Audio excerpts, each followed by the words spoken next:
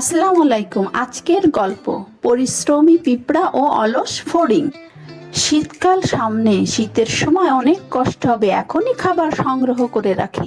পিঁপড়াটি ছিল ভীষণ পরিশ্রমী। সে হাড়ভাঙ্গা খাটুনি খেটে পুরো গ্রীষ্মকাল জুড়ে খাবার সংগ্রহ করে রাখত। অন্যদিকে ফড়িংটি ছিল ভীষণ আমোদে ও সে সারাদিন নেচে গেয়ে সময় নষ্ট করত। আহা কি আনন্দ আকাশে বাতাসে, লা লা লা লা লা লা লা লা লা। পিঁপড়াকে এভাবে কাজ করতে দেখে ফড়িং বলে, আরে ভাই, শীতকাল আসতে এখনো অনেক দেরি, এখনই আনন্দ করো, চারিদিকে দেখো কত খাবার। হি শীতকাল চলে আসলো, এখন আমার ক্ষুধা পেয়েছে, আমি কি খাবো? যাই পিঁপড়ার কাছে যেয়ে দেখি।